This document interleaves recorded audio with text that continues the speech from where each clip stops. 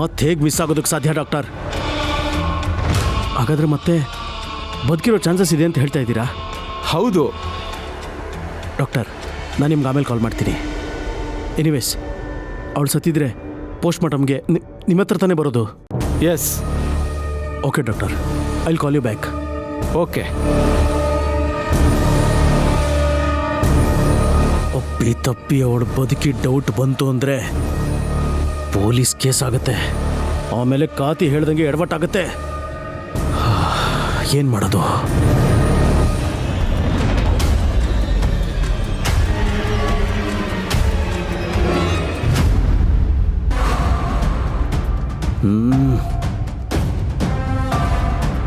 ಪ್ರಬಲ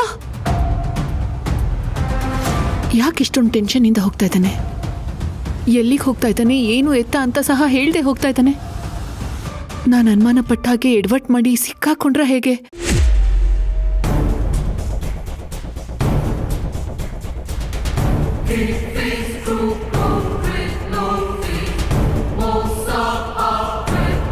ಪ್ರಬಲ,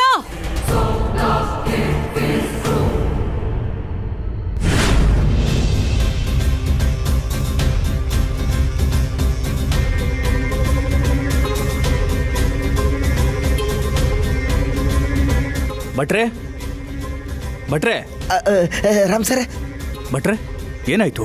ಏನಾಯ್ತು ಅಂತ ಒಟ್ಟ ಗೊತ್ತಾಗವಲ್ರಿ. ಎಷ್ಟು ಕದ ಬಡದ್ರು ಒಟ್ಟ ಕದ ತೆಗಿವಲ್ರಿ ಪ್ರೀತಮ್ ಸರ್. ನಾವೆಷ್ಟು ಕೂಗಾಡಿ ಕಿರ್ಚ್ಕೊಂಡ್ರು ಯಜಮಾನ್ರು ಉತ್ತರನೇ ಕೊಡ್ತಿಲ್ಲ. ಕಿಟಕಿಯಿಂದ ನೋಡಿದ್ವಿ, ಕರ್ಟನ್ ಕ್ಲೋಸ್ ಆಗಿರೋದ್ರಿಂದ ಏನು ಗೊತ್ತಾಗ್ತಾನೆ ಇಲ್ಲ. ಅದಕ್ಕೆ ಗಾಬರಿ ಆತ್ರಿ, ನಿಮ್ಗೆ ಫೋನ್ ಹಚ್ಚಿ ಬರಾಕ್ ಹೇಳಿದ್ವಿ ರೀ. ಏನ್ ಮಾಡ್ಕೊಂಡ? Preethu Preethu Preethu, open the door. ನೋಡು, ನನ್ನ ಮೇಲೆ ಏನೇ ಕೋಪ ಇದ್ರು ಹೊರಗೆ ಬಂದು ಏನ್ ಬೇಕಾದ್ರೂ ಮಾಡು.